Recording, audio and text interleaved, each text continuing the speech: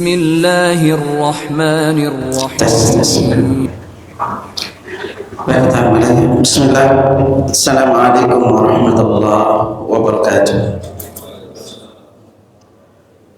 Alhamdulillah hamdan katsiran tayyiban mubarakan fihi kama yuhibbu rabbuna wa yarda. Asyhadu an la ilaha illallah wahdahu la syarika lah wa asyhadu anna Muhammadan abduhu wa rasuluhu la nabiyya ba'da. Allahumma salli wa sallim ala nabiyyina Muhammad sallallahu alaihi wasallam. Alhamdulillah, Allah Subhanahu wa taala senantiasa memberikan kita nikmat kesehatan, memberikan kita kemudahan untuk sejenak duduk menuntut ilmu. Apalagi kita berada di hari pertama bulan yang penuh barakah, yaitu bulan Ramadan. Semoga Allah Subhanahu wa taala memberikan kita kesehatan, kemudahan untuk mengisi hari-hari kita yang penuh barakah di bulan Ramadan ini, dan kita termasuk orang yang keluar dari Ramadan dalam keadaan dosa-dosanya diampuni oleh Allah Subhanahu wa taala. Nah, fillah, kita akan secara bertahap kupas tema golongan atau 20 kurang lebih golongan yang didoakan oleh para malaikat. Golongan ini secara khusus mereka ini memiliki banyak keistimewaan.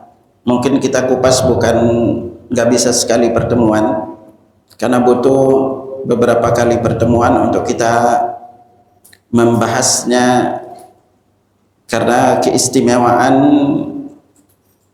dari golongan ini ya.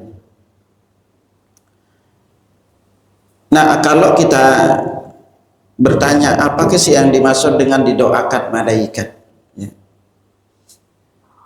Nah, kita nanti akan sering mendengar hadis-hadis yang berbunyi innallaha wa malaikatahu, kepada Nabi yusalluna 'alan nabi ya ayyuhalladzina amanu sallu 'alaihi wa sallimu taslima ya.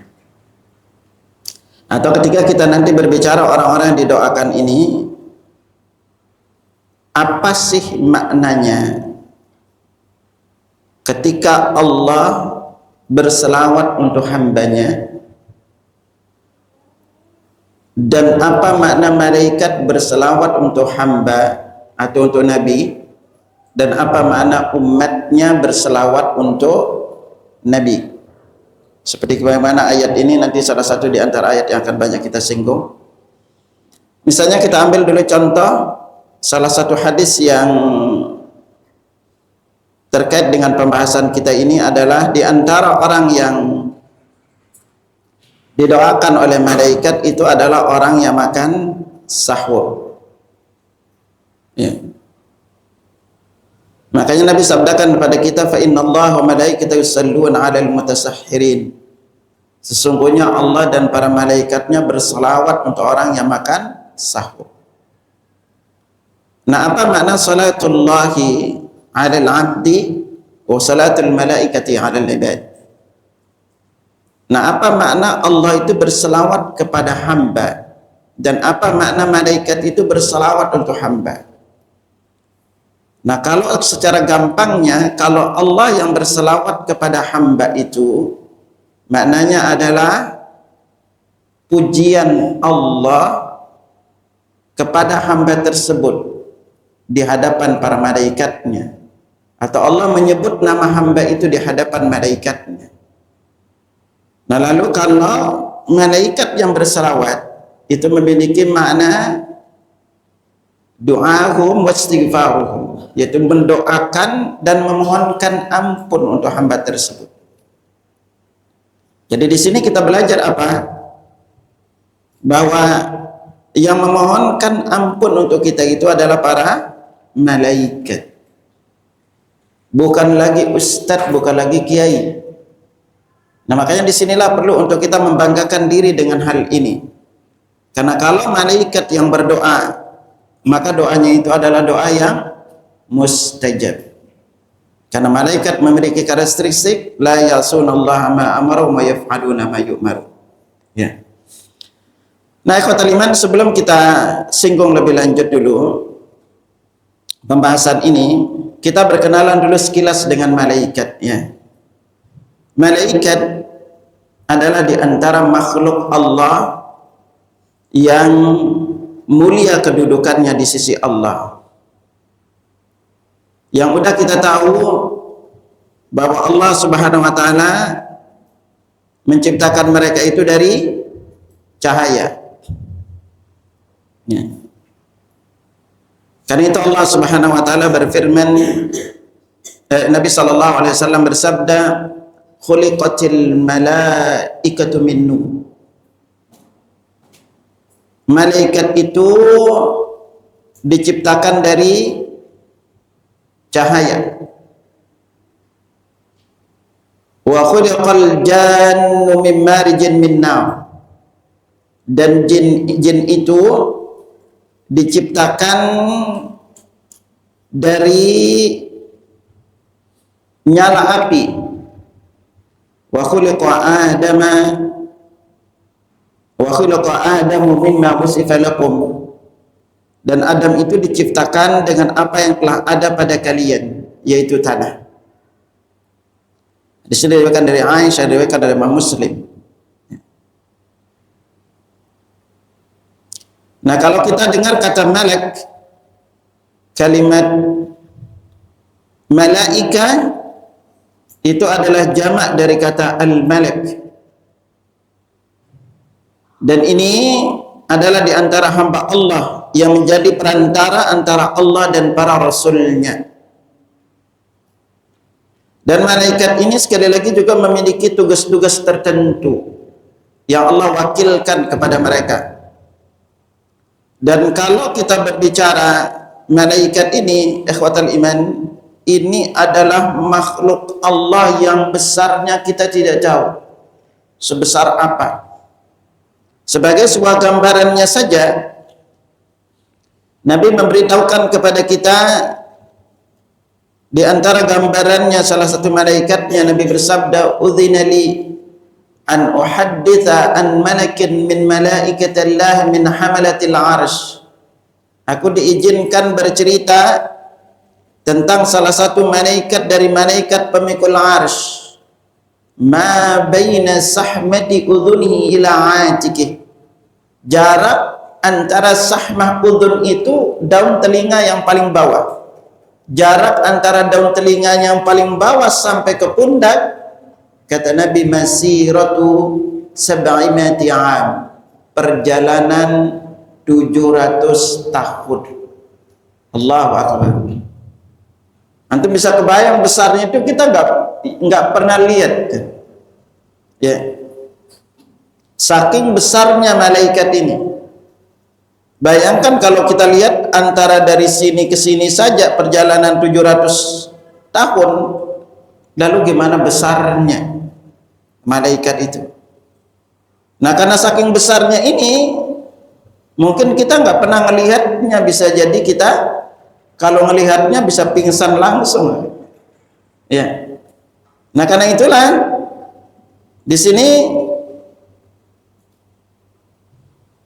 orang-orang yang didoakan malaikat ini memiliki keistimewaan sekali lagi. Dan karena malaikat ini sekali lagi juga memiliki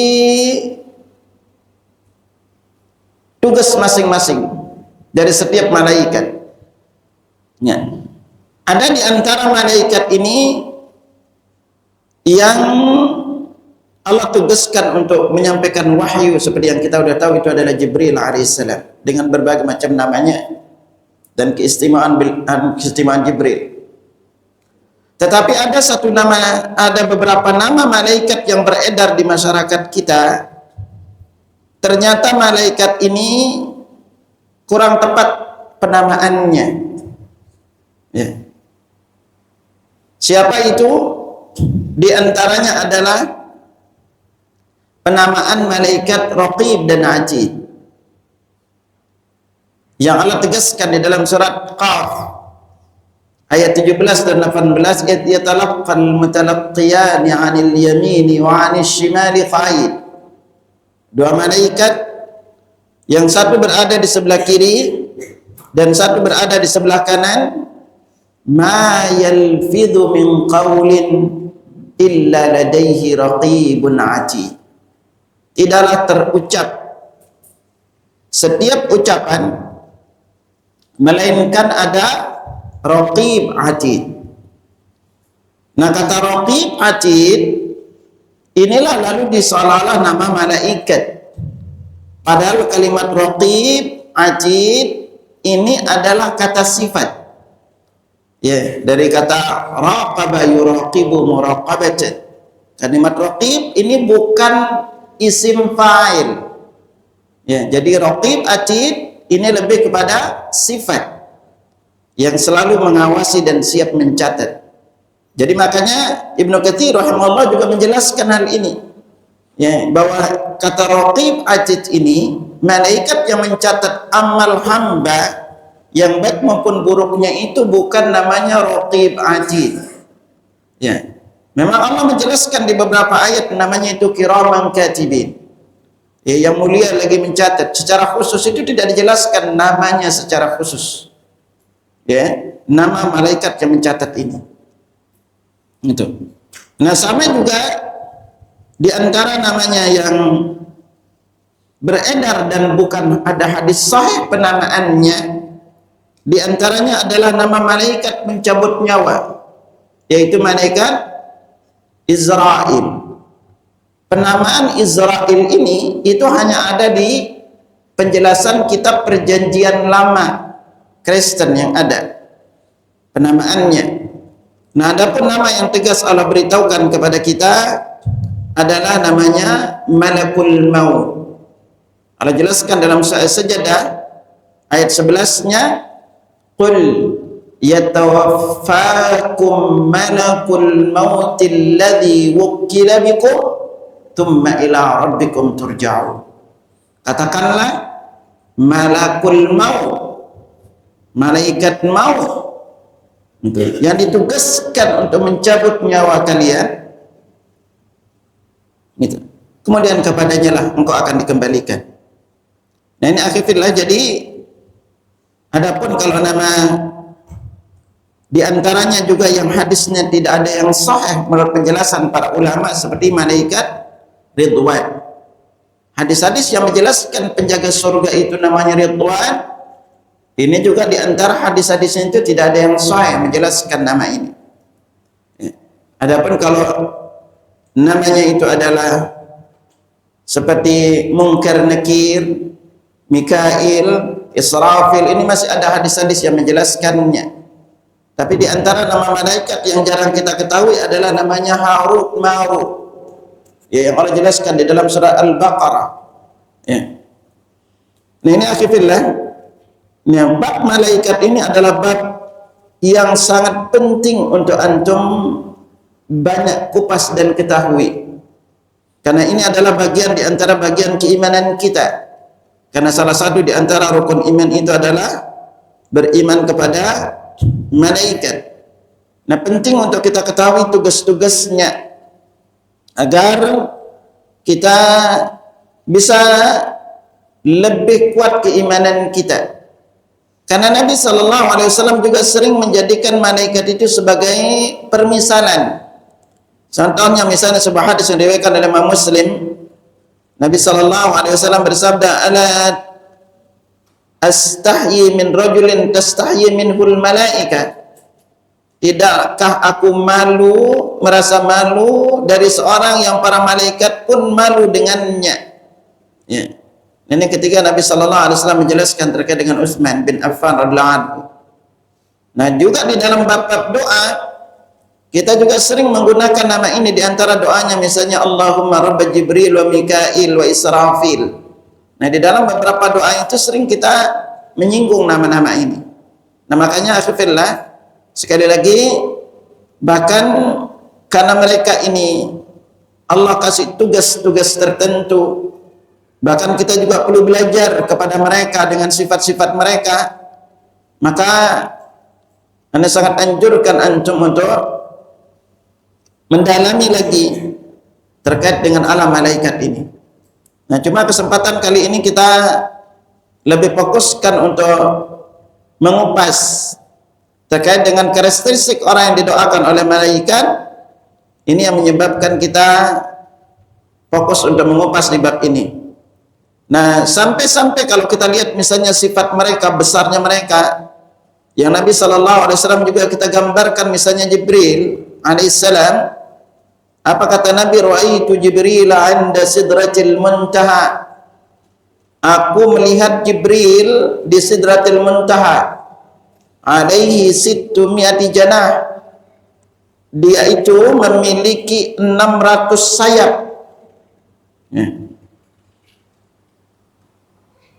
Yuntaru min rishihil tahawil ad-dur wal yaqut. Dan dari bulunya berjatuhan intan permata yang berbeda-beda warnanya. Di sini riwayat Imam Ahmad. Nah, ini jadi ikhwatul iman, bayangkan kalau Jibril itu memiliki 600 sayap, gedenya seperti apa? Dalam riwayat mengatakan likulli janahin saddal ufuq. Setiap sayap itu menutupi timur dan barat.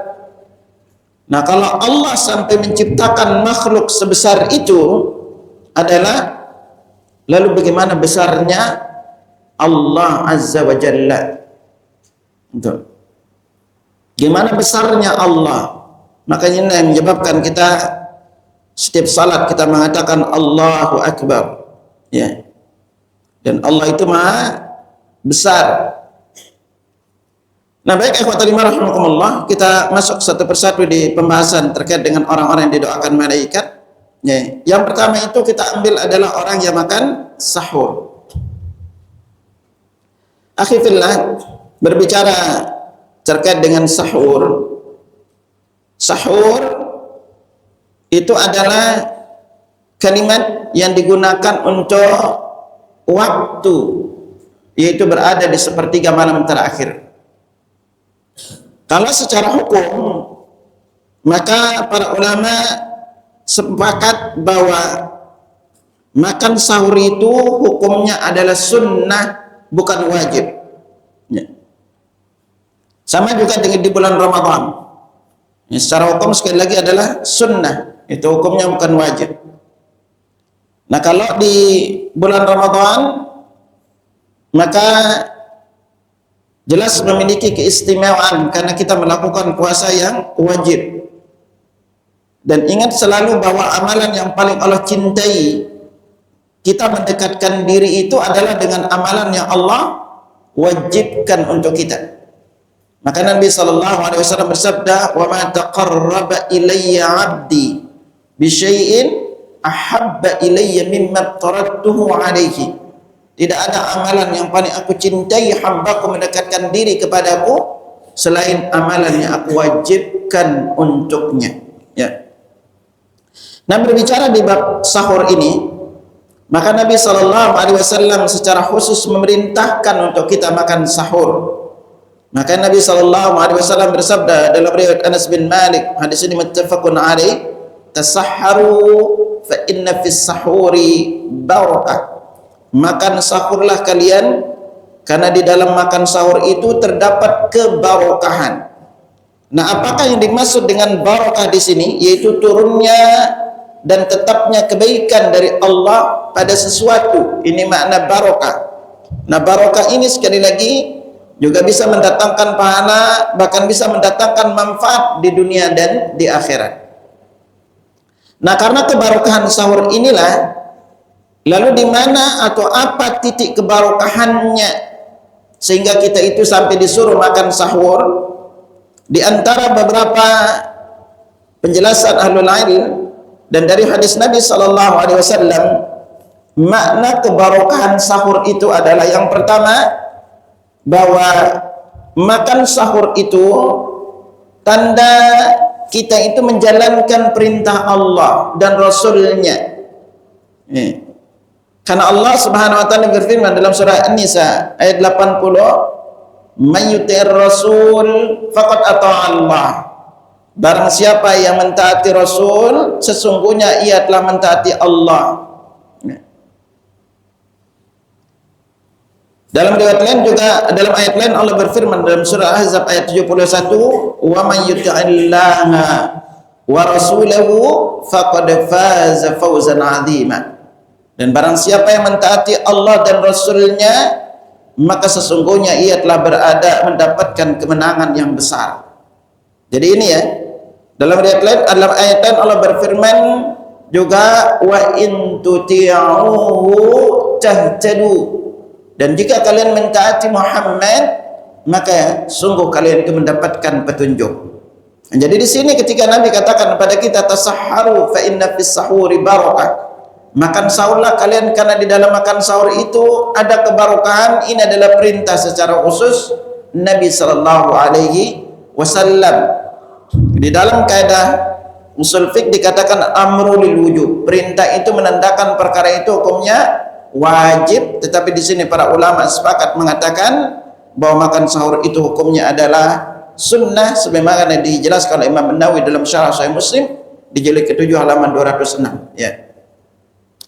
Nah, lalu di antara keutamaan yang kedua, kita makan sahur ini adalah makan sahur merupakan syiar Islam yang membedakan dengan ajaran ahlul kitab, yaitu Yahudi dan Nasrani. Karena Nabi SAW bersabda dalam riwayat Amr bin Al-As, faslu ma baina siyamina wa siyami ahlil kitabi aklatus sahar. Jadi perbedaan antara puasa kami dan ahli kitab itu adalah makan sahur. Jadi ini pembeda kita. Ya, ini berarti apa? Bahwa ketika kita mau makan sahur, itu tandanya kita bara atau berlepas diri atau tidak loyal kepada mereka orang-orang kafir.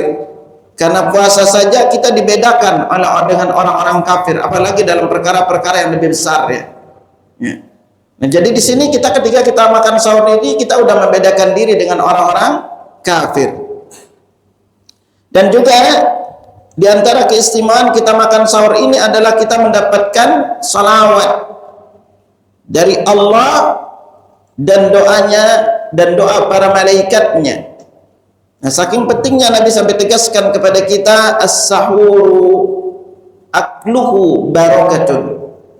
Sahur itu makanannya barakah. Fala tad'uhu, dan jangan kalian tinggalkan.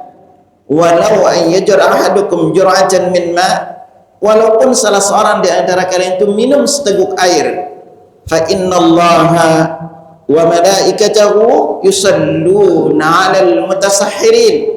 Sesungguhnya Allah dan para malaikatnya bersalawat untuk orang yang makan sahur. Jadi antum didoakan malaikat, dimohonkan ampun oleh malaikat kalau makan sahur. Dan apa di antaranya keistimewaan juga kita makan sahur adalah bahwa di waktu sahur ini adalah waktu yang paling utama untuk kita istighfar kepada Allah Subhanahu wa taala. Karena disinilah Allah Subhanahu wa taala memuji orang-orang yang beristighfar di waktu sahur di dalam beberapa ayatnya. Dalam surat Ali Imran ayat 17 Allah berfirman, wal mustaghfirina bil ashar, dan orang-orang yang meminta ampun di waktu sahur. Dan dalam surat Az-Zariyat ketika Allah Subhanahu wa taala mensifati orang-orang yang bertakwa, dalam surah Az-Zariyat ayat 15 sampai 18 Allah berfirman, innal muttaqina fi jannatin wa 'uyun. Orang-orang yang bertakwa itu berada di kebun-kebun dan mata air. Akhidhina ma atahum rabbuhum. Mereka mengambil apa yang telah dijanjikan oleh Tuhan mereka untuk mereka. Kanu qabla dzalika muhsinin. Dulu mereka di dunia termasuk orang yang baik. Ya. Kanu qalilan minal laili ma yaj'un. Mereka itu sedikit tidur di waktu malam. Wa bil asharihum yastaghfirun. Dan di waktu sahur mereka memohon ampun. Nah, makanya di waktu sahur ini amalan terbaik itu selain mohon ampun, yaitu kita mohon ampun, selain itu apa? Maka waktu terbaik juga untuk kita berdoa di waktu sahur ini. Karena di sepertiga malam hari inilah Allah Subhanahu wa taala turun ke langit dunia. Sebagaimana hadis diriwayatkan dari Abu Hurairah radhiyallahu anhu, diriwayatkan oleh Al-Bukhari dan Muslim, Nabi sallallahu alaihi wasallam bersabda, yanzilu rabbuna tabaraka wa ta'ala kulla lailatin ila as-sama'i dunya hina yabqa thuluthul lailil akhir. Rabb kita tabaraka wa ta'ala turun ke langit dunia ketika tersisa sepertiga malam terakhir. Yaqul, kemudian menyeru atau dia berfirman, may yad'uni fa astajib lahu. Barang siapa yang berdoa kepadaku, aku ijabah. Wa may yas'aluni fa'atiyahu. Dan barang siapa yang meminta, maka aku beri. Wa may yastaghfiruni fa'ghfir lahu. Dan barang siapa yang meminta ampun kepadaku, maka aku akan ampuni. Ini makanya akhirnya, kalau ibadah salah satu waktu terbaik beramal saleh adalah di sepertiga malam terakhir. Lalu bagaimanakah cara kita menghitung sepertiga itu? Maka bagilah malam itu menjadi 3. Ya, kalau maghrib, mulai dari maghrib sampai sekarang kurang lebih jam 5 kurang seperempat ya, kurang lebih waktu subuhnya, maka bagi aja dia jadi 3 bagian. Makanya kita akan dapatkan sepertiga itu kurang lebih jam 2 ke berikutnya, jam 2 ke atas. Maka kita akan mendapatkan itu masuk sepertiga malam terakhir. Selain ini juga di sepertiga malam terakhir ini Allah membuka atau terbukanya pintu langit. Ya, ada 7 kurang lebih waktu-waktu terbukanya pintu langit. Salah satunya itu adalah di sepertiga malam terakhir ini. Nah, kalau pintu langit terbuka, apa keistimewaannya? Nabi bersabda, idza futihat abwabus sama wastujibat du'a. Kalau pintu langit terbuka, maka doa pun diijabah. Ya, keistimewaannya kalau pintu langit itu terbuka. Nah, lalu berikutnya apa? Di antara keistimewaan kita makan sahur ini, sebagaimana dijelaskan oleh Imam An-Nawawi dalam Syarah Sahih Muslim, yaitu dengan kita makan sahur maka keadaan fisik kita itu lebih kuat ketika kita menjalani puasa, beda dengan orang yang tidak makan sahur. Ya, ini kita ngerti kalau hari ini ya. Karena inilah kebarokahan, kata Imam Nawawi, barokah makan sahur itu amat jelas, yaitu semakin menguatkan dan menambah semangat orang yang berpuasa. Lalu juga kalau kita makan sahur, maka apalagi kita, salah satu sunnahnya ketika makan sahur ini adalah kita mengakhirkannya. Nah, kalau kita akhirkan, maka ini juga diantara barokahnya adalah kita akan dimudahkan untuk salat subuh secara berjamaah. Ini salah satu diantara kebarokahan yang kita dapatkan ketika kita makan sahur. Nah, karena itulah akhirnya, maka anjuran untuk kita makan sahur ini lakukanlah, baik itu puasa sunnah maupun puasa wajib, ya, karena kebarokahan dari waktu sahur ini. Nah, begitu juga halnya, makanya Nabi Shallallahu Alaihi Wasallam itu ketika makan sahur beliau juga sering bersabda, halumma ilal ghada'il mubarak. Ya, kemarilah untuk menyantap makanan yang penuh barokah. Nah, Nabi sering bilang ini karena kebarokahan dari namanya makan sahur ini. Dan salah satu sunnah yang penting untuk diingat setiap muslim ketika dia makan sahur, yaitu adalah kita disunnahkan makan sahur itu dengan kurma. Maka dalam hadis riwayat Abu Hurairah radhiyallahu anhu yang diriwayatkan oleh Abu Dawud dan Syekh Al-Albani rahimahullah, Nabi bersabda, ni'ma sahurul mu'min at-tamar. Sebaik-baik makan sahurnya seorang mukmin itu adalah kurma. Jadi antum itu usahakan paling tidak itu ikut sertakan kurma ketika makan sahur. Ya. Tapi kalau kurma doang mungkin pada gak kuat ya. Kalau makan sahurnya doang kurma, rata-rata kita secara umum pada tidak kuat. Itu. Nah, tapi paling tidak kita ikut sertakan ya untuk dengan kurma. Lalu di antara hal penting yang perlu kita ketahui adalah bahwa kita disunnahkan untuk makan sahur itu mendekati waktu terbitnya fajar.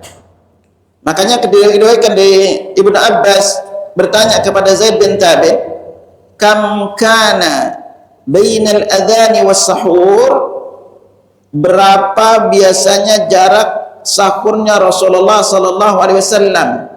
Apa jawab Zaid? Qal, beliau menjawab qadru khamsina ayat, yaitu sekitar 50 ayat. Yang diriwayatkan dalam Bukhari dan Muslim. Nah, lalu Ibnu Hajar menjelaskan fi qawli qadru khamsina ayat, perkataan Zaid itu sekitar 50 ayat, ay mutawassita.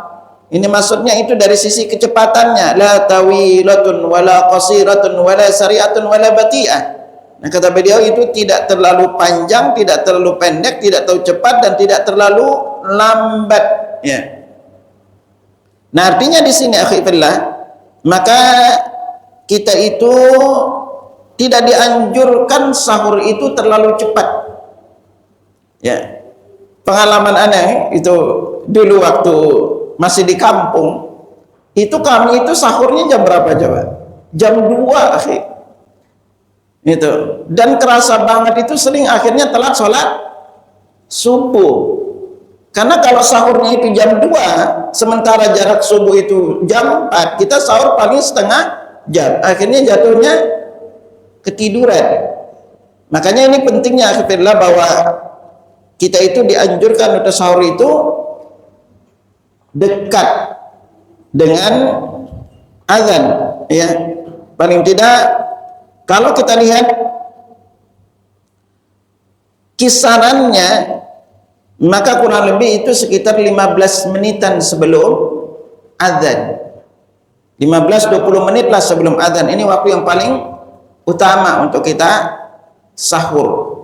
Jangan sampai nanti antum sahur itu jam 2 itu, atau misalnya jam 3, akhirnya ujung-ujungnya tahu kita itu kalau selesai makan bawaannya ngantuk, itu akhirnya pada ketiduranlah yang terjadi. Nah, maka dari sini akhirnya salah satu hal penting perlu ingat di bab mengamalkan sebuah amalan adalah ketika amalan itu makin sesuai dengan praktek yang dipraktekkan oleh Nabi Sallallahu Alaihi Wasallam, maka itulah amalan itu menjadi afdal dan lebih utama. Nanti maghrib itu, nanti asar, setelah asar anak ngisi tema itu 8 amalan terbaik di bulan Ramadan. Ada kurang lebih antara 8 sampai 10 akhirnya. Makanya salah satu di antara amalan terbaik itu adalah makan sahur. Nah, ketika kita melakukan makan sahur ini, maka atau ibadah-ibadah terutama yang disunnahkan di bulan Ramadan, kalau kita kepingin lebih mendapatkan pahalanya di sisi Allah, maka tugas kita itu adalah berusaha berilmu agar lebih dekat kepada contoh yang dicontohkan oleh Rasulullah sallallahu alaihi wasallam. Karena di bab salat aja Nabi bersabda, "Sallu kama ra'aitumuni usalli." Salatlah kalian sebagaimana kalian aku salat. Di bab haji atau manasik Nabi bersabda, "Khudhu anni manasikakum." Ambil tata cara manasik haji kalian dariku. Nah, ini akhirnya. Makanya ana singgungkan antum satu lagi tema ini akhirnya karena ini bertepatan dengan Ramadan.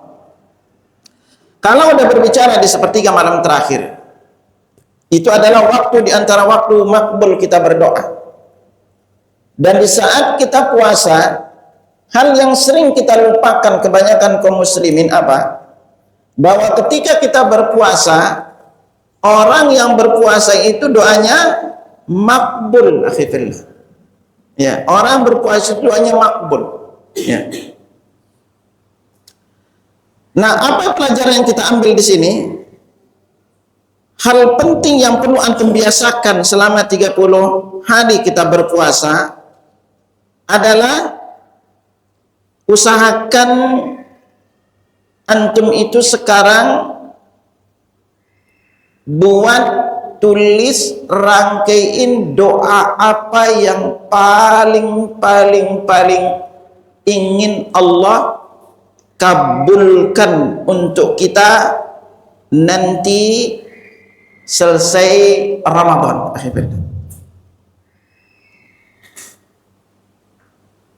Kenapa? Di antara hal yang selalu kita ingat, yang Nabi SAW sabdakan pada kita, bahwa di antara orang yang doanya makbul itu adalah orang yang berpuasa. Nabi SAW bersabda, "Thalathatun la turaddu da'watuhum." Ada 3 golongan orang yang tidak ditolak doanya.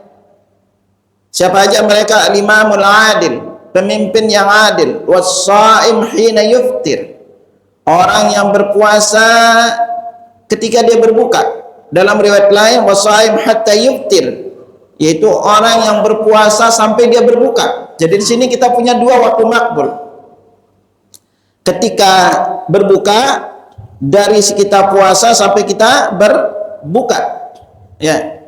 Makanya kalimat was-shaim hatta yuftir ini maknanya adalah dalam riwayat hina yuftir ayyadkhulu awanu fitrihi, atau dekat waktu dia berbuka. Nah, riwayatnya sekali lagi mengatakan hatta yuftir, sampai dia berbuka. Berarti ketika kita puasa itu, sepanjang puasa itu doa kita makbul. Nah, makanya di waktu kita berpuasa ini kita memiliki 3 momen doa dikabulkan oleh Allah yang Allah mudahkan bagi kita. Bahkan di beberapa momen di antaranya. Yang pertama itu sekali lagi antum di saat antum berpuasa sampai berbuka, sepanjang antum puasa ini, atau di saat ketika antum berbuka.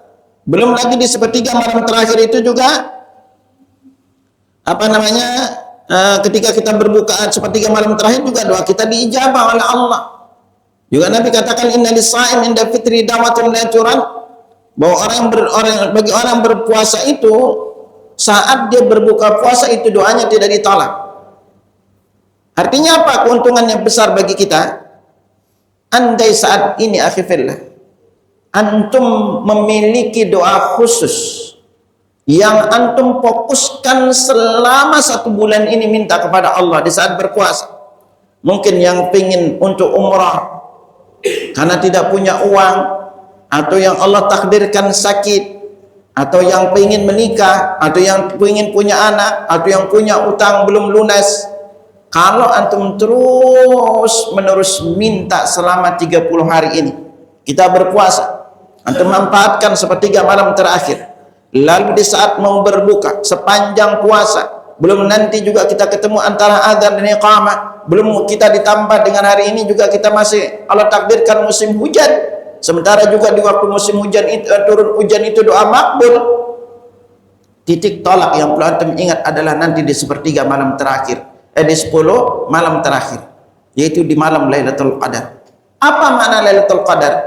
Di antara ada 3 makna Lailatul Qadar. Malam kemuliaan, malam yang sempit, dan yang ketiga itu maknanya adalah malam perubahan takdir. Karena Allah berfirman dalam surat Ad-Dukhan, inna anzalnahu fi lailatin mubarakah. Al-Quran itu kami turunkan di malam yang penuh barakah. Fiha yufraqu kullu amrin hakim. Di malam itu urusan perkara-perkara takdir itu dirinci dengan bijaksana. Dan surah Al-Qadar Allah berfirman tanazzalul malaikatu war-ruh, tanazzalul malaikatu war-ruh. Dan para malaikat itu di malam itu turun. Ya, untuk apa juga? Itu dalam membawa perkara-perkara juga mereka bawa turun juga. Ya. Nah, artinya apa bagi kita keuntungannya? Maka ingat di antara maknanya itu adalah malam Lailatul Qadar, malam perubahan takdir. Takdir itu ada 4. Ada namanya takdir hauli, ada namanya takdir yaumi, ada namanya takdir umri, dan ada namanya takdir ajali. Nah, di malam Lailatul Qadar ini Allah akan urus, tulis, catat untuk kita terjadi perubahan takdir kita, atau apa yang akan terjadi di dalam hidup kita 1 tahun berikutnya itu ditentukan di malam Lailatul Qadar. Inilah yang disebut dengan takdir hauli, takdir tahunan. Sampai Ibnu Abbas berkata yang haji tahun ini itu juga ditentukan di malam Lailatul Qadar. Nah makanya apa lalu keuntungannya bagi kita akhirnya? Kalau dari sekarang antum fokus berdoa, antum tulis misalnya ada 5 keinginan yang benar-benar Allah ingin kabulkan untuk saya setelah Ramadan, maka selama 30 hari ini antum fokus minta kepada Allah akhirnya. Bisa jadi nanti di malam Lailatul Qadar itu Allah ubah takdir antum, lalu Allah kabulkan setelah Ramadan. Karena ingat yang bisa merubah takdir itu doa. Nabi SAW bersabda, la yaruddul qada illa doa. Tidak ada yang bisa merubah takdir itu kecuali doa. Wa la yazidu fil umri illa al bir. Dan tidak ada yang bisa menambah panjang umur itu kecuali kebaikan. Katanya takdir nggak bisa berubah. Jadi takdir itu kan ada yang azali yang memang tidak bisa berubah. Seperti apa dari ibu siapa kita dilahirkan, di mana kita dilahirkan, itu udah nggak bisa berubah. Jadi sekelamin yang Allah takdirkan untuk kita itu dia nggak bisa berubah. Tetapi ada namanya takdir yang terjadi itu karena sebab. Contoh misalnya akhirnya, antum kalau udah takdirkan rezeki antum bulan ini adalah misalnya 5 juta. Tetapi ketika antum melakukan sebab-sebab datangnya rezeki, antum salat duha, lalu menjalin silaturahim, lalu sedekah, lalu menolong orang lain. Ketika antum jualan, antum tersenyum. Ketika ada orang minta bantuan, antum bantu. Antum melayani pelanggan dengan sebaik-baiknya. Bisa jadi awalnya rezeki kita itu adalah 5 juta, lalu Allah takdirkan jadi 10 juta. Karena kenapa kita melakukan sebab-sebab yang Allah datangkan rezeki kepada kita. Ditambah antum mungkin perbanyak istighfar. Lalu misalnya apa, berbanyak untuk membaca salawat kepada Nabi, atau antum rajin sholat di awal waktu. Ini diantara sebab-sebabnya akhirnya. Ya. Kalau suatu saat anda singgung antum bab masalah rizki. Rizki itu dalam Al-Quran itu punya 6 sebab, hanya 6 yang dijelasin dalam Al-Quran. Itu salah satunya apa? Itu tawakal, takwa dan tawakal kepada Allah. Ayat yang paling banyak kita hafal adalah wa may yattaqillah, surat Talaq, wa may yattaqillaha yaj'al lahu makhraja wa yarzuqhu min haitsu la yahtasib wa may yatawakkal 'ala Allah fa huwa hasbuh. Di sini Allah sebutkan 2 ayatnya berdekatan, yaitu takwa dan tawakal adalah sumber rezeki. Nah makanya kalau dari sekarang antum fokuskan minta, makanya tulis aja 5 keinginan yang benar-benar ingin Allah kabulkan. Mungkin ada di antara kita yang kepingin memberangkatkan umrah orang tua kita, atau kita yang ada penyakit kepingin disembuhkan oleh Allah, maka fokus aja antum minta kepada Allah dalam 1 bulan ini, dan bisa jadi di malam Lailatul Qadar itu Allah ubah takdir kita, dan Allah berikan hajat kita, Allah berikan keinginan kita yang selama ini kita minta, karena kita terus berdoa dan meminta kepada Allah Subhanahu wa ta'ala. Maka inilah keuntungan terbesar kita akhirnya, kita yang berada di bulan Ramadan ini, bahwa Allah Subhanahu wa ta'ala memudahkan kita untuk berpuasa, dan menjadikan di antara doa-doa kita ini adalah doa-doa yang Allah kabulkan. Karena kenapa? Karena kondisi kita orang yang berpuasa itu adalah doanya itu makbul. Makanya manfaatkan kesempatan ini. Kalau antum tidak manfaatkan sebaik-baiknya, Masya Allah, kapan lagi antum akan bisa berpuasa? Dan belum tentu di luar Ramadan itu kita berpuasa dengan rajin, baik itu puasa Senin Kamis atau yang lainnya. Dan karena kita melakukan sesuatu yang wajib ini, maka inilah diantara penyebab juga doa kita itu diijabah oleh Allah Subhanahu wa ta'ala, karena kita mau melaksanakan perintah yang Allah perintahkan, yaitu kita berpuasa. Karena itu akhirnya, makanya manfaatkan momen ini, yaitu di Ramadan ini, untuk kita banyak berdoa kepada Allah. Akan berbeda akhirnya ketika antum hanya berpuasa dan tidak memanfaatkannya. Akhirnya doa kita itu enggak macam-macam kita minta, tidak jelas. Tetapi coba fokuskan apa yang benar-benar ingin Allah kabulkan untuk antum. Sekarang fokus aja minta. Nanti antum bangun sebelum sahur, angkat tangan dulu berdoa. Ya, karena ada keistimewaan kenapa kita bisa bangun juga di sepertiga malam terakhir ini. Nah ini akhirnya, sekali lagi di antara orang pertama yang didoakan oleh malaikat adalah orang yang makan sahur. Lalu berikutnya, orang yang didoakan oleh malaikat adalah orang yang tidur dalam keadaan wudu atau bersuci. Ya. Akhirnya, tidur dalam keadaan wudu ini adalah salah satu di antara ibadah yang banyak kaum muslimin lupakan. Karena di satu sisi Nabi SAW itu secara khusus juga memerintahkan untuk kita tidur dalam keadaan wudu. Dalam riwayat Barra bin Azib, Nabi SAW pernah berkata kepadanya, "Idza ataita madja'aka fatawadda wudu'aka lis-salah." Kalau kamu hendak tidur, maka berwudulah sebagaimana wudumu ketika mau salat. Ini secara khusus itu Nabi perintahkan untuk berwudu. Ya, sebelum kita tidur, ya. Nah, kemudian Nabi ngajarkan dia doa. Ini doa ini akhirnya, nah sangat anjurkan antum membacanya ya doa ini. Ini luar biasa dari sisi kandungan doa ini dan dari sisi keutamaannya juga. Apa doanya? Bunyinya, Allahumma aslamtu nafsi ilaika wa wajjahtu wajhi ilaika wa fawwadtu amri ilaika wa alja'tu dhahri ilaika raghbatan wa rahbatan ilaika la malja'a wa la manja minka illa ilaika amantu bi kitabika alladhi anzalta wa bi nabiyyika alladhi arsalta. Memang dia ada dalam lafaz lain bunyinya. Ini dalam, karena ada lafaz Bukhari dan ada lafaz Imam Muslim.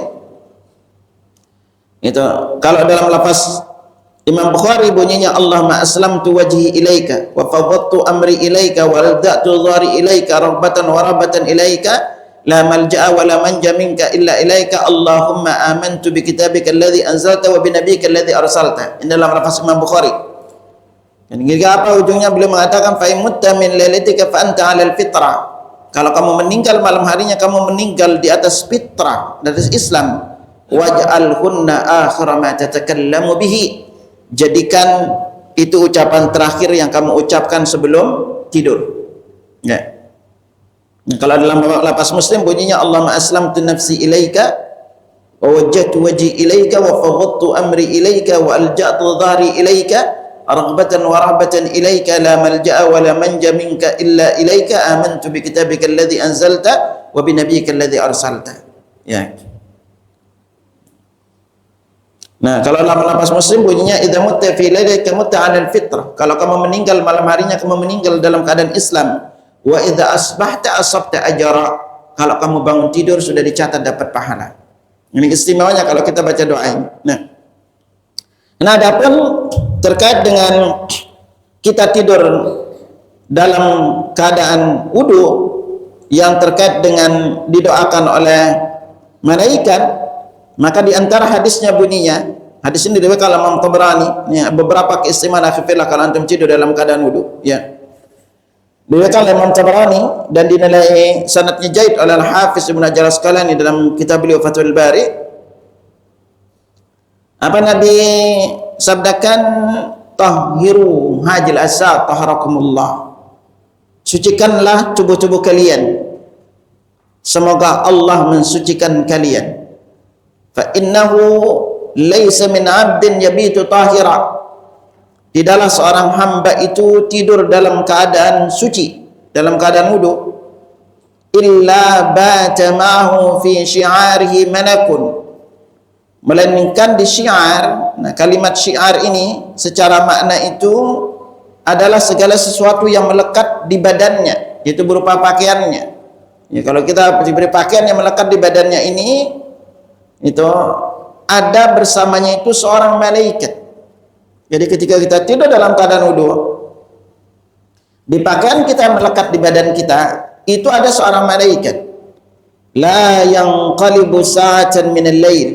Tidaklah dia membolak-balikkan tubuhnya di malam hari, illa qan, melainkan malaikat itu berdoa, Allahumma ighfir li 'abdika fa innahu bata tahira. Ya Allah, ampuni hambamu karena dia tidur dalam keadaan wudu atau bersuci. Ya. Ini istimewanya akhirnya. Jadi bayangkan antum tidur itu 28 jam, 7 atau 8 jam. Mungkin ada yang 6 jam. Dari sejak kita tidur itu, maka terus malaikat berdoa untuk kita. Jadi kita ini akhirnya, ketika kita tidur, maka secara umum tidak semua amalan yang kita lakukan itu tidak dicatat apa-apa akhirnya. Ketika kita tidur, karena Nabi SAW sabdakan pada kita, rufi al-qalamu an thalatha.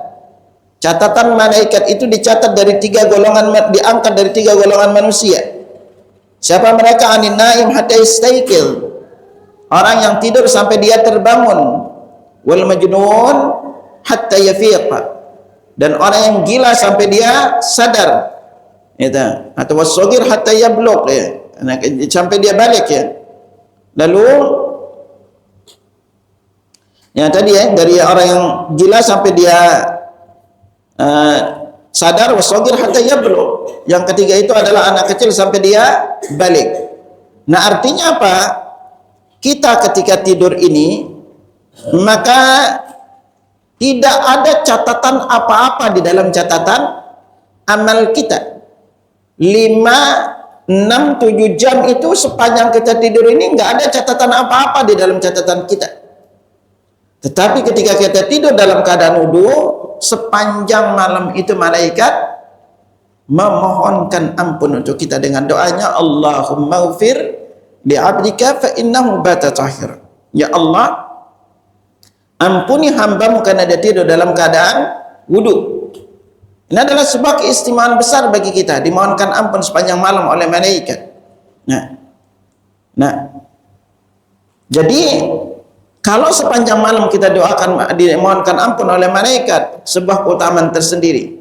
Dan juga apa akhirnya, bahkan kalau kita tidur juga dalam keadaan wudu ini, sebelumnya dalam riwayat Ibnu Hibban juga dijelaskan, man bata tahiran. Barang siapa yang tidur dalam keadaan wudu, bata fi syi'ari malakun. Ya. Maka malaikat akan bersamanya di dalam pakaiannya. Falam yastayqid illa qala al-malak. Nah, tidaklah dia bangun tidur, malaikat itu berdoa, Allahumma fir li 'abdika fulan fa innahu bata tahiran. Ya Allah, ampunilah hambamu si fulan karena dia tidur dalam keadaan wudu. Makanya Ibnu Hibban dalam hadisnya membuat bab dengan judul permohonan ampun para malaikat bagi orang yang tidur malam dalam keadaan suci ketika dia bangun tidur. Nah, di sini kita belajar apa artinya? Bahwa ketika kita tidur dalam keadaan wudu itu, di pakaian kita itu ada seorang malaikat. Yang kedua, perlu diketahui bahwa malaikat yang diutus oleh Allah Ta'ala memohonkan ampun setiap kali ia membolak-balikkan tubuhnya di malam hari ketika dia tidur. Dan berikutnya itu apa? Itu. Nah, malaikat ini menyertainya itu sampai dengan waktu subuhnya. Ya, sampai dia bangun tidurnya. Dan apalagi keistimewaan akhirnya, kalau antum tidur dalam keadaan wudu,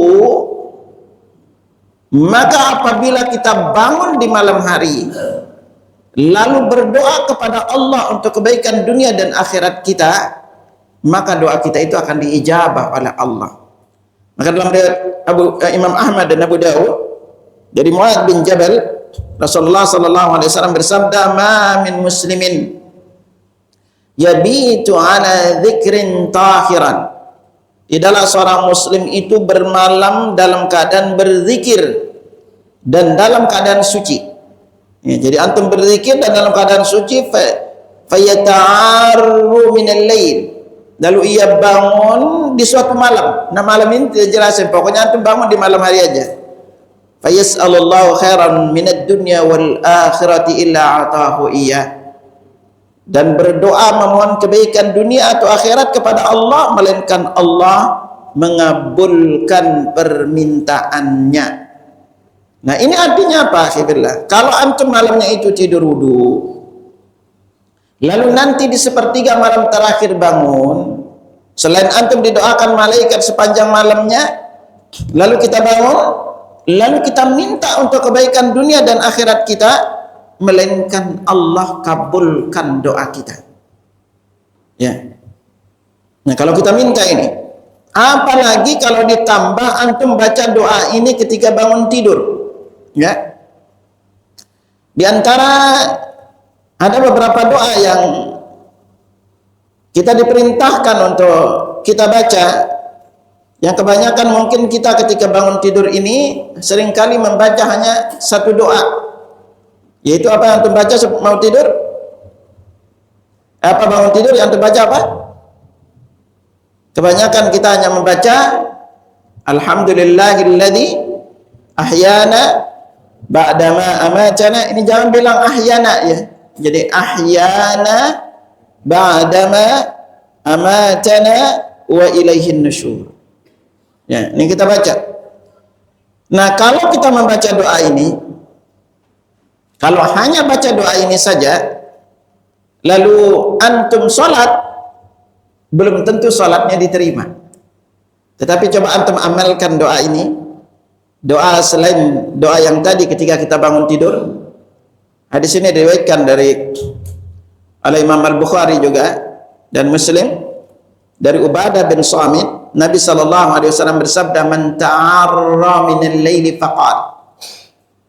Barang siapa yang ta'arra secara makna itu adalah bangun di malam hari. Jadi ini dia tidurnya di malam hari.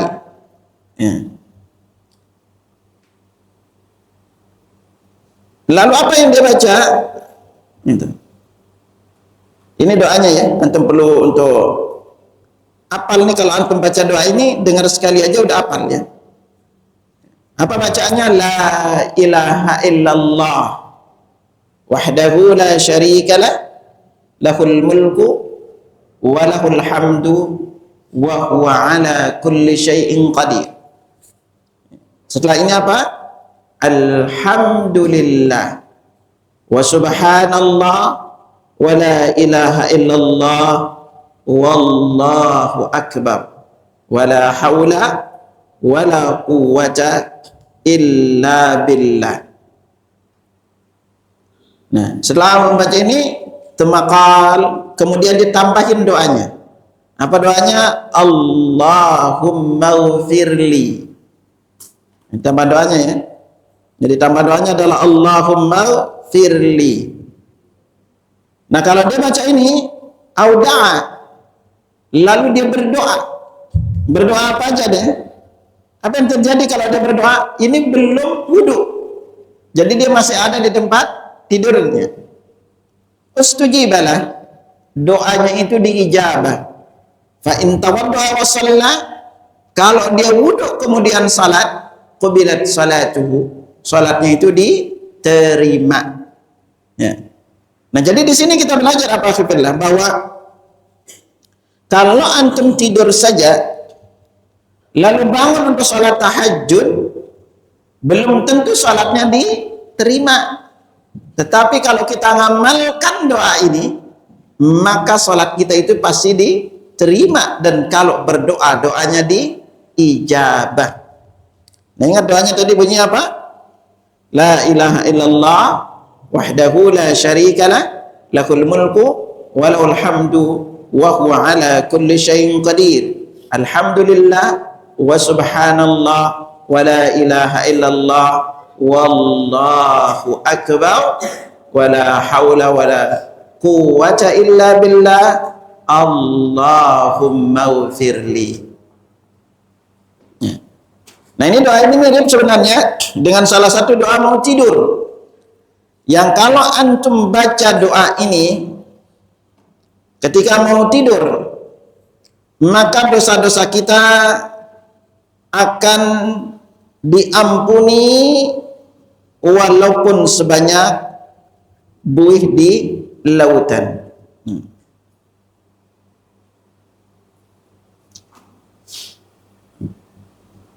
Nah, antum hafal doa sebelum tidur, hafalnya yang mana aja? 1 apa 5? Nah, salah satu doa apa namanya mau tidur nih.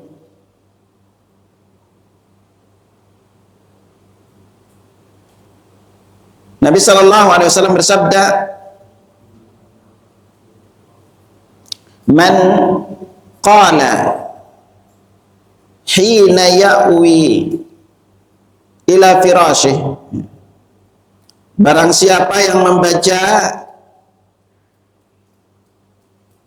ketika dia berada di tempat tidurnya. Jadi doanya mirip sekali lagi dengan lafaz yang tadi ya. Apa bunyinya?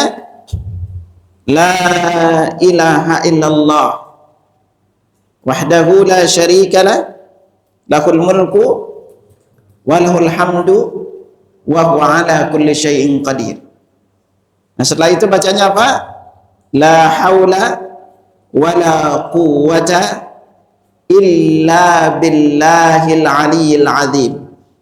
Subhanallah walhamdulillah wala ilaha illallah wallahu akbar. Ini kalau antum baca doa ini sebelum tidur, apa keutamanya? Nabi lanjutkan, "Ghufrat lahu dzunubu walau kanat mithla zabadil bahr." Dosanya diampuni walaupun sebanyak buih di lautan. Diriwayatkan dari Abu Hurairah, yang diriwayatkan oleh Ibnu Hibban, Ibnu Sunni itu. Dan apa ini keutamaannya. Jadi kita kalau baca doa ini sebelum tidur itu mirip dengan bangun tidur yang tadi. Bedanya di mana? Depannya sama, yaitu la ilaha illallah wahdahu la syarika lah lahul mulku wa lahul hamdu wa huwa ala kulli syai'in qadir. Nah, kalau bangun tidur itu tadi apa? Alhamdulillah wa subhanallah wa la ilaha illallah wallahu akbar wa la haula wa la quwwata illa billah Allahumma ighfirli. Kalau ini setelah wa ala kulli syai'in qadir, la haula wa la quwwata illa billahil aliyyil azim, subhanallah walhamdulillah wa la ilaha illallah wallahu akbar. Ya. Ini beda di antara apa namanya lapas dari doa ini.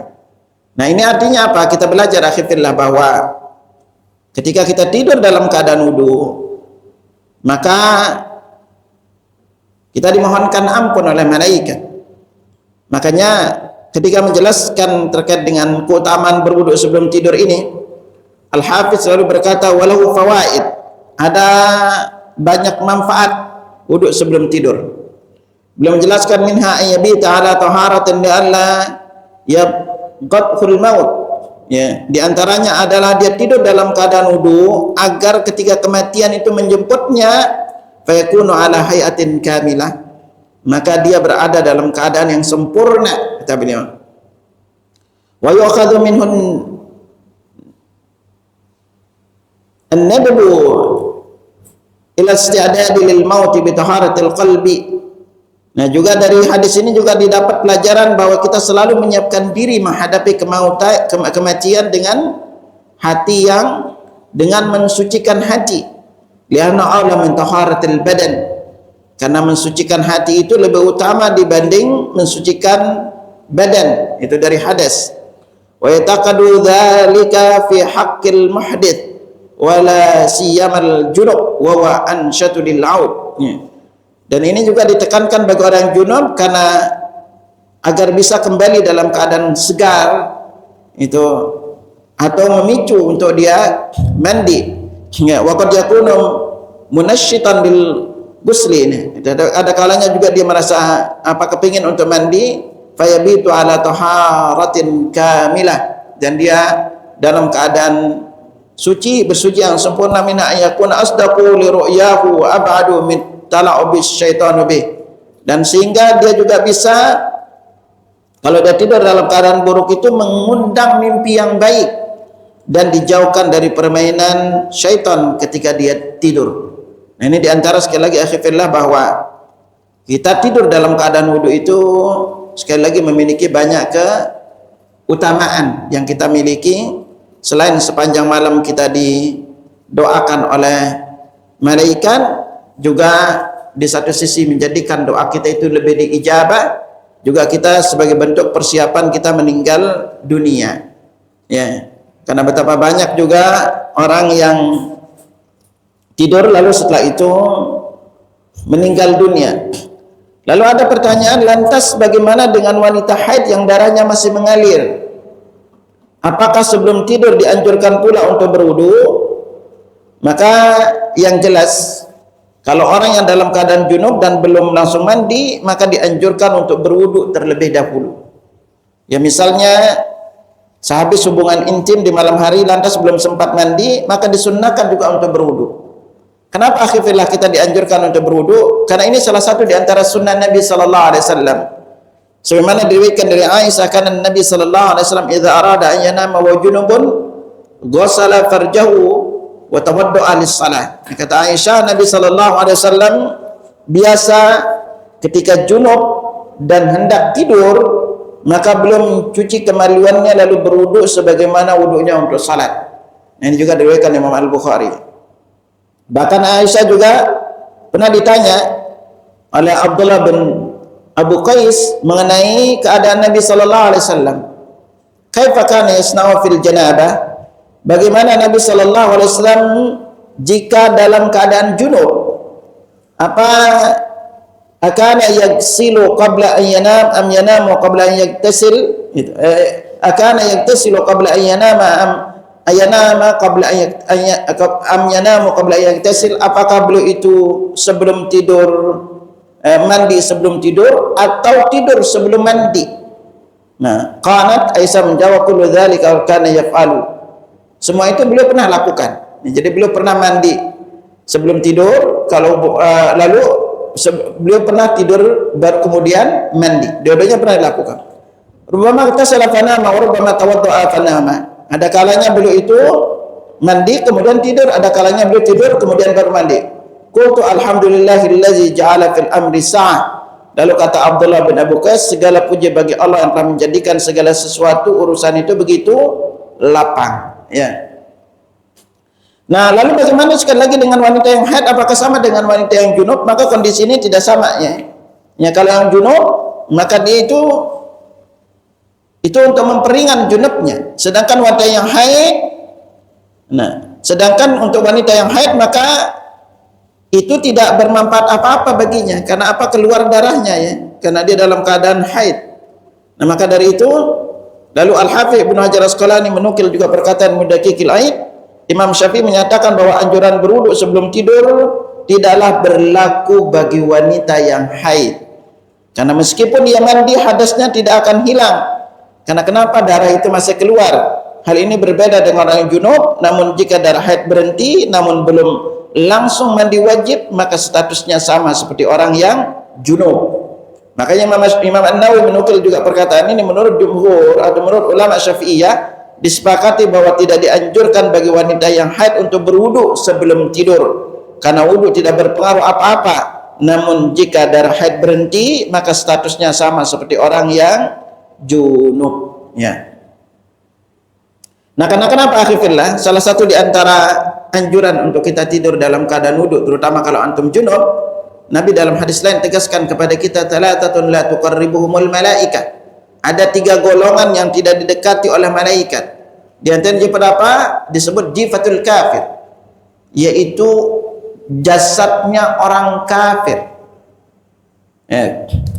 Lalu yang kedua adalah wal junubu hatta yatawadda. Orang yang junub sampai dia berwudu. Ya. Nah, ini diantara yang ketiga itu disebutkan orang yang atau peminum khamar ya. Yang tidak didekati malaikat.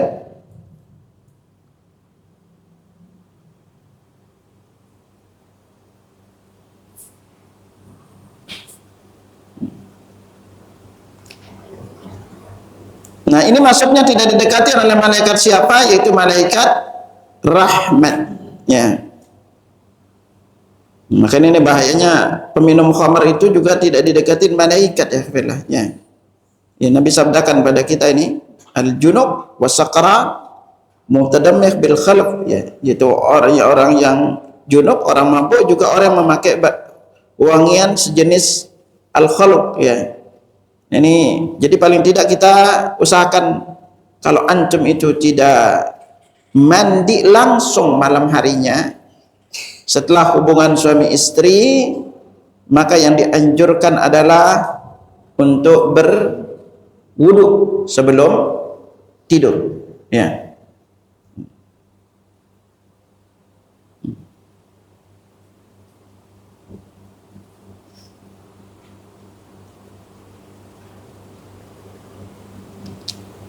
Dan sekali lagi Nabi sallallahu alaihi wasallam pernah melakukan dua-duanya, yaitu beliau tidur dalam keadaan junub tapi sebelumnya juga berwudu.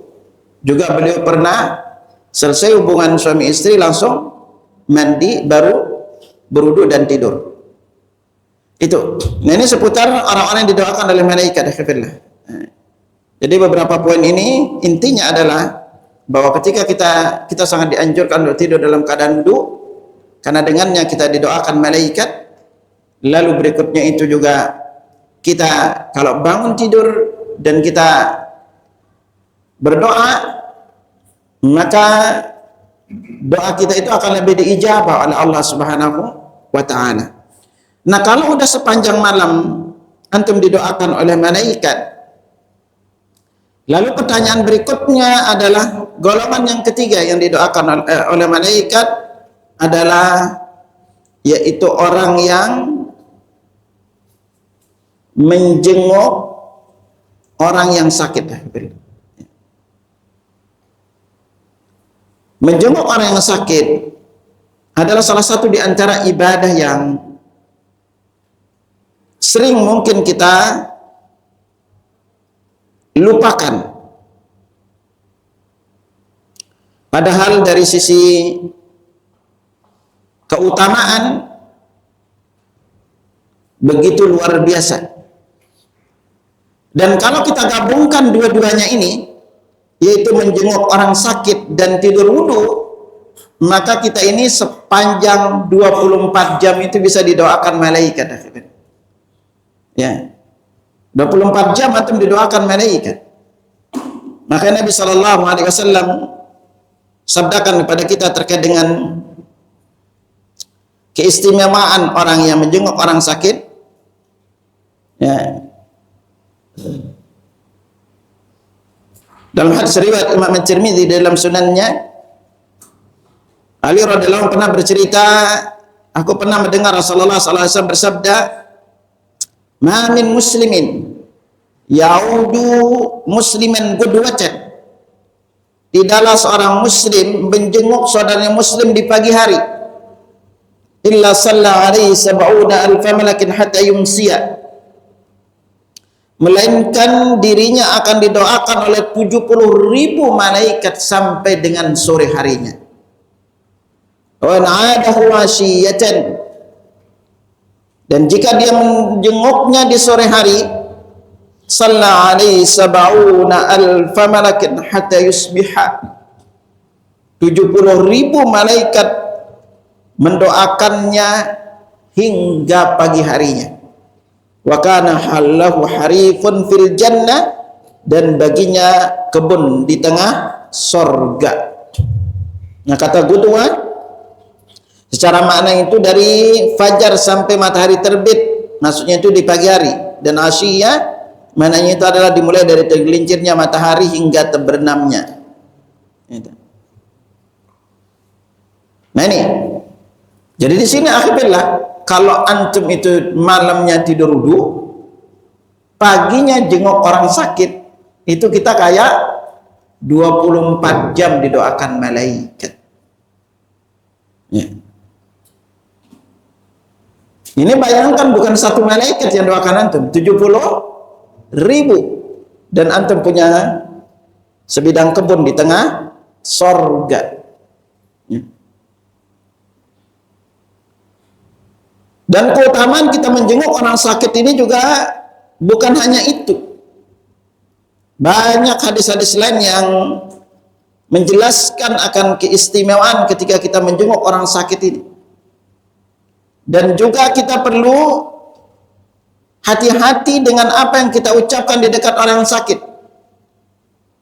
Saya singungkan dulu antum beberapa hadis lain yang menjelaskan keutamaannya. Sebenarnya juga hadis dari Ibnu Majah dan Imam Ahmad, idza 'ada ar-rajulu akhahul muslimu, apabila seorang muslim menjenguk saudaranya muslim yang sedang sakit, masya fi khirafatil jannah, maka dia seakan-akan berjalan sambil memetik buah-buahan sorga, hatta yajlis, sampai dia duduk. Fa idza jalasa ghamarathu rahmah, dan apabila dia duduk maka diturunkan kepadanya rahmat dengan deras. Ya. Fa in kana ghudwatan shalla alaihi sab'un alfa malakin hatta yumsiya. Apabila yang dia menjenguknya itu di pagi hari, sore hari, maka apabila dia jenguknya di pagi hari, maka berdoa untuknya 70.000 malaikat sampai dengan sore harinya. Wa in kana masaan shalla alaihi sab'un alfa malakin hatta yusbiha. Dan apabila dia menjenguknya di sore hari, maka 70.000 malaikat mendoakannya agar dia diberi rahmat sampai dengan pagi harinya. Ini keistimewaan besar akhirnya ketika kita jenguk orang sakit ini, ya. Dan hal yang paling kita perlu tahu adalah menjenguk orang sakit ini adalah di antara hak saudara kita sesama muslim. Maka Nabi SAW bersabda, hakul muslimi 'alal muslimi sittun. Hak muslim atas muslim yang lainnya itu ada 6 perkara. Qila ma kunna ya Rasulullah. Ada sahabat bertanya, apa saja 6 perkara itu wahai Rasulullah? Maka Nabi menjawab apa? Idza laqitahu fasallim alaihi. Kalau kamu bertemu, ucapkan salam untuknya. Wa idza da'aka fa'ajibhu. Kalau diundang, maka datanglah atau memenuhi undangannya. Wa idza stansahaka fansah lahu. Kalau dia meminta nasihat, engkau menasihatinya. Wa idza atasa fahamidallah fasammithu. Kalau dia bersin kemudian memuji Allah, maka doakan untuknya. Wa idza marida fa'udhu. Kalau dia sakit maka jenguklah. Wa idza mata fattabi'hu. Dan kalau dia meninggal dunia maka engkau mengiringi jenazahnya. Diriwayatkan oleh Bukhari dan Muslim. Nah, ini jadi keistimewaan kita menjenguk orang sakit ini, akhwatul iman, begitu banyak keutamaannya. Selain hikmah-hikmah yang kita dapatkan ketika kita menjenguk orang sakit, lalu kita boleh juga untuk mendoakannya, ya. Itu kita mendoakan orang-orang yang sakit, lalu kita mengucapkan sebagaimana diriwayatkan Imam Bukhari dari Ibnu Abbas, beliau mengisahkan pada suatu hari Nabi SAW datang menjenguk Arab Badui yang sedang sakit, dan kebiasaan beliau ketika menjenguk orang sakit maka beliau mengucapkan apa? La ba'sa tahurun insyaallah. Nah, boleh kita membaca ini. Kita baca la ba'sa tahurun insyaallah. Lalu atau kita membaca di antara doa yang lainnya, azhibil ba'sa Rabban nas washfi anta syafi la shifaa illa shifaan la yughadiru saqama. Dan di dalam bab menjenguk orang sakit ini, akhirnya kalau antum yang dijenguk, kalau antum perhatikan satu ini, di antara salah satu amalan yang dengannya Allah hapus dosa kita dan kita kembali seperti anak yang baru dilahirkan oleh ibunya, ada 4 amalan ini. Semoga nanti Anda bisa khususkan antum kupas ini secara lebih rinci. Jadi 4 amalan penghapus dosa seperti anak yang baru dilahirkan oleh ibunya. Salah satunya disebutkan apa? Adalah orang yang diuji dengan penyakit, dengan ujian. Lalu apa? Ketika ada orang yang menjenguknya, dia tidak keluhkan sakitnya kepada penjenguknya. Ya, antum jangan kalau datang nanti terus saja dikeluhkan kepada orang yang sakit. Nah, ketika kita sakit, ya. Itu karena kenapa? Akhirnya di antara orang yang doanya diaminkan malaikat, nanti kupaskan nanti lebih rinci nih. Salah satu itu adalah apa yang kita ucapkan di dekat orang yang sakit dan ketika kita menjenguk, ketika kita menjenguk bertakziah, ya. Gitu. Buat tema ini nanti Anda jelaskan nanti lebih rinci orang yang diaminkan doanya oleh malaikat. Ada 2 orang yang diaminkan doanya malaikat. Ya. Salah satunya apa Nabi sabdakan kepada kita?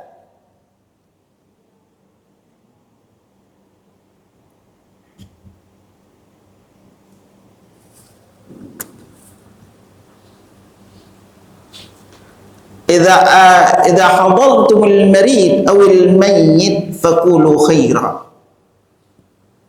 Jika kalian itu bertakziah, jika kalian menjenguk orang sakit dan bertakziah, faqulu khairan, ucapkan yang baik-baik saja. Fa innal malaikata yu'minuna ala ma taqulun. Karena para malaikat mengaminkan apa yang kalian ucapkan. Jadi antum itu kalau berdoa di dekat orang yang sakit atau lagi bertakziah, itu apapun yang antum ucapkan itu diaminkan malaikat.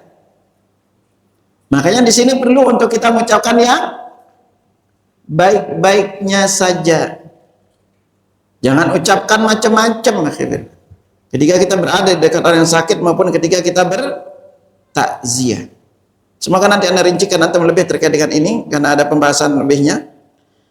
Nah, karena itu ketika kita jenguk orang sakit ini, maka ada beberapa adab penting yang perlu antum perhatikan kalau jenguk orang sakit. Di antaranya apa? Adabnya itu adalah kita mendoakan orang yang sakit ini. Ya. Antum bisa membacakan doanya. Antum di antara juga amalan yang Nabi sallallahu alaihi wasallam itu anjurkan kepada kita kalau kita sakit, itu Nabi sallallahu alaihi wasallam juga pernah mengajarkan kepada Utsman bin Abi Waqqas manakala dia pernah mengeluhkan rasa sakit yang terasa di tubuhnya. Ini semenjak dia masuk Islam, lalu Nabi ajarkan doa apa? Apa kata Nabi? Da' yadaka 'ala alladhi ta'allama min jasadik. Letakkan tanganmu di atas anggota badanmu yang terasa sakit. Waqul, kemudian baca. Kenapa bacaannya? Bismillah, Bismillah, Bismillah. Jadi disuruh baca Bismillah 3 kali. Bismillah, Bismillah, Bismillah. Waqul 7 marrat. Kemudian baca ini 7 kali. Apa itu? A'udzubillahi wa qudratihi min syarri ma ajidu wa uhadir. Jadi kalau ada di antara badan kita yang sakit, antum pegang, lalu baca Bismillah 3 kali. Bismillah, Bismillah, Bismillah. A'udzu billahi wa qudratihi min syarri ma ajidu wa uhadir. Ini kita baca sebanyak 7 kali. Ya. Nah, dalam hadis lain juga Nabi sallallahu alaihi wasallam dikala menjenguk orang yang sakit, ini dalam hadis riwayat Abu Daud, di dalam sunannya dari Ibnu Abbas, Nabi sallallahu alaihi wasallam bersabda, "Man 'ada maridan lam yahdur ajaluhu indahu 7 marrat." Itu barang siapa yang menjenguk orang yang sakit yang belum saatnya meninggal, lantas dirinya itu membaca di sisinya doa di sisinya itu sebanyak 7 kali. Jadi nanti baca ini, apa yang terbaca? As'alullahal azim Rabbal arshil azim an yashfiyaka. Ini jadi dia baca As'alullahal azim Rabbal arshil azim an yashfiyaka. Itu kalau kita baca doa ini apa? Illa afahullahu min dzalikal marad. Melainkan Allah akan sembuhkan dia dari penyakit itu. Jadi ini siapa pandai cukup ya? Apa bunyinya? As'alullahal azim Rabbal arshil azim an yashfiyaka.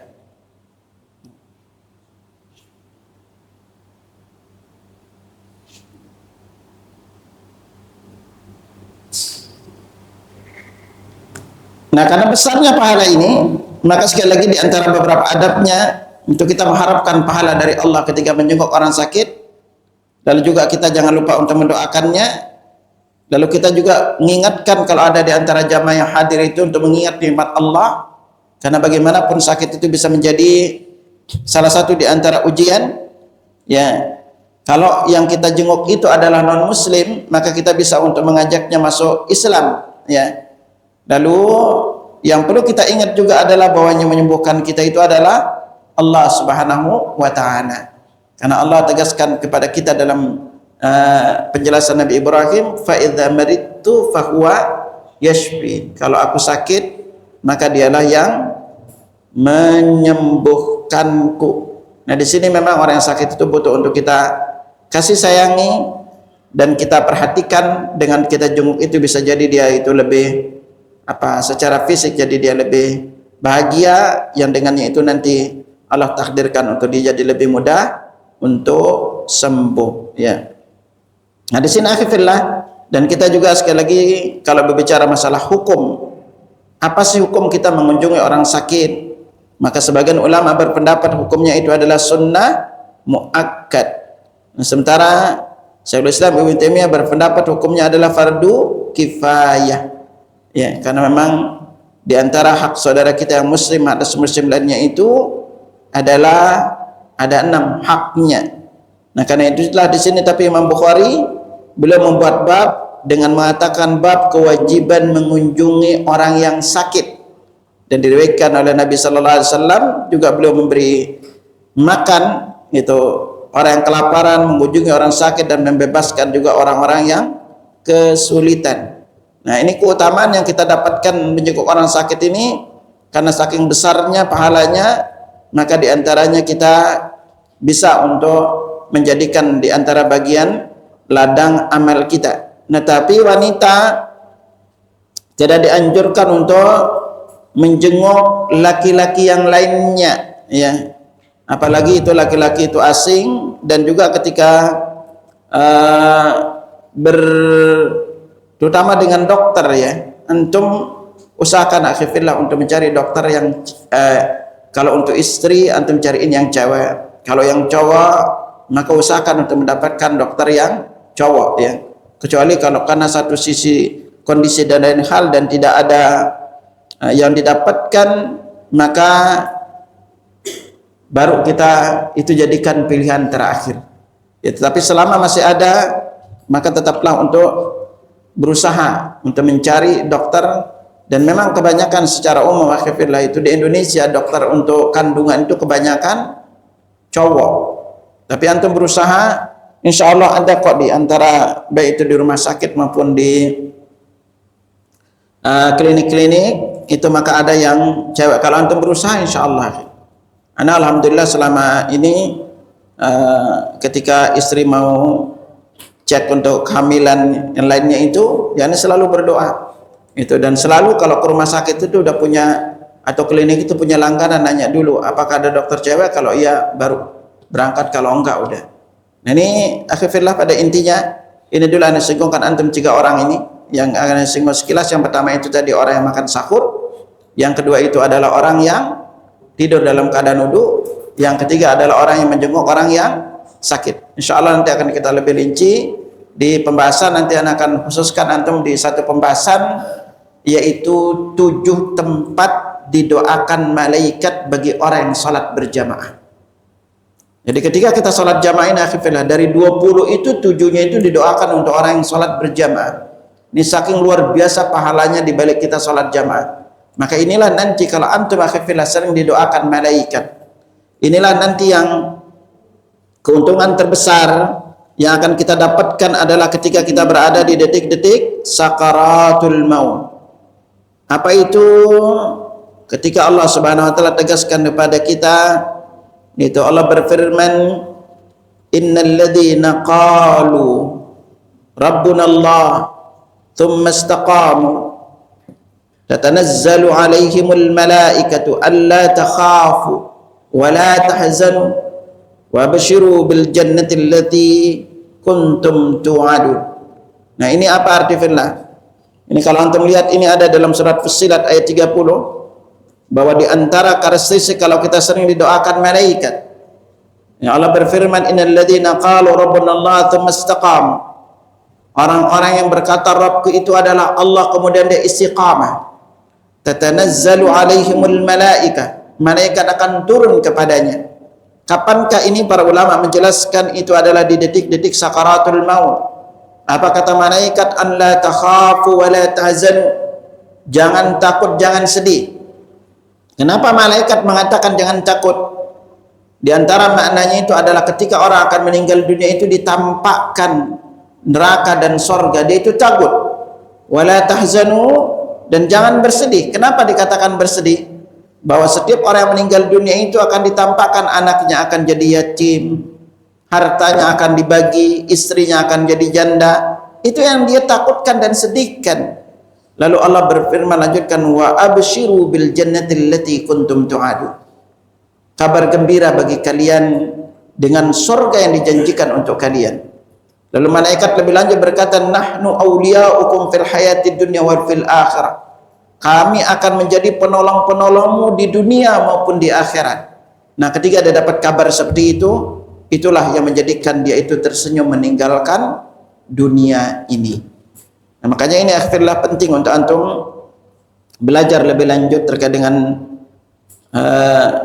orang-orang yang doakan malaikat, terutama nanti secara khusus bahwa orang yang salat berjamaah itu didoakan di 7 tempat oleh malaikat.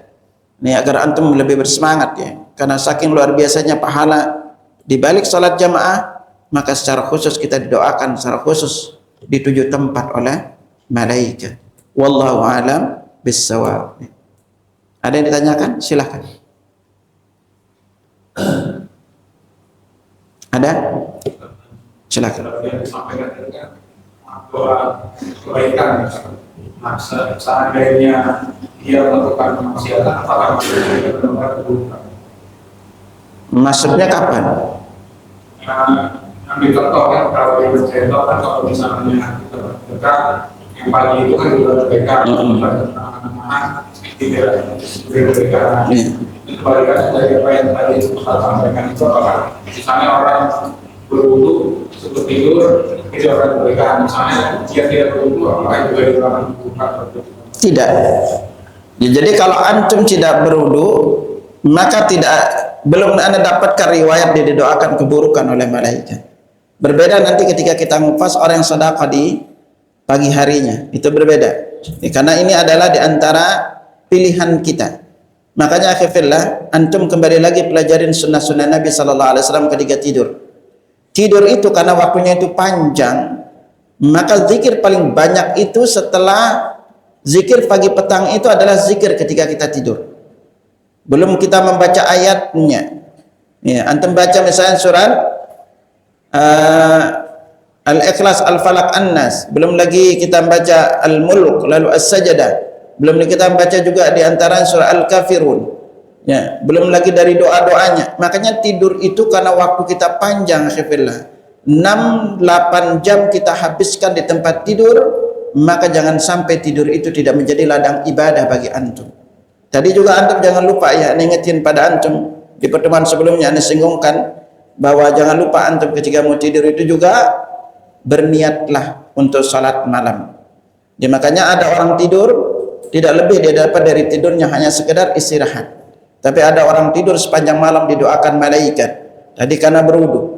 Yang kedua itu ada orang tidur, maka dia mau tidur, dosanya diampuni walaupun sebanyak buih di lautan.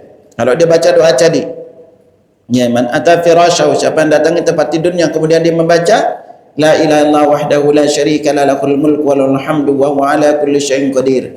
La haula wa la quwwata illa billahil aliyil azim. Subhanallah walhamdulillah wa la ilaha illallah wa la akbar. Kata Nabi Gufrat khataya wa in kanat mithla zabadil bahr. Dosanya diampuni walaupun sebanyak buih di lautan. Ya, lalu jangan lupa antum itu juga ketika mau tidur itu berniat bangun salat malam. Kalau antum Nabi katakan man hatta firasyahu wa yanwi an yaquma yusalli min al-lail. Siapa yang bangun di malam menuju tempat tidurnya kemudian dia berniat untuk bangun salat malam, faghalabatu 'ainahu hatta asbaha, kemudian dia tertidur sampai dengan waktu subuh, kutiba lahu ma nawa, Allah catat sesuai dengan niatnya, wa kana naumu shadaqatan 'alaihi min rabbi azza wa jalla, tidurnya itu adalah sedekah Tuhannya. Nah, kalau kita tidak tidur dalam keadaan wudu, kita tidak dapatkan keutamaan ini. Karena salah satu tadi akhirnya syarat antum baca doa yang Allahumma aslamtu nafsi ilaika, itu Nabi suruh berwudu dulu. Ya, Nabi katakan, "Idza ataita madja'aka fatawadda ud'aka lis-salah." Kalau kamu mendatangi tempat tidurmu, berwudulah ketika wudumu, ketika mau salat, taji' ala shiqqikal ayman, kemudian berbaring di atas lambung yang sebelah kanan. Nah, ini bedanya ya. Jadi kalau antum tidak wudu tidak dapat keutamaan ini, tapi tidak didoakan keburukan oleh malaikat. Wallahu a'lam bishawab. Ada lagi? Baik, kalau memang tidak ada, insyaallah kita baru kupas 3 ya. Insyaallah nanti masih ada 17 lagi golongan yang didoakan oleh malaikat. Semoga Allah Subhanahu wa taala memudahkan kita untuk mengupasnya dan kita memiliki keistimewaan menjadi orang-orang yang didoakan oleh para malaikat ya. Wallahu a'lam bishawab. Subhanakallahumma wa bihamdika asyhadu an la ilaha illa anta astaghfiruka wa atubu ilaik. Assalamualaikum warahmatullahi wabarakatuh.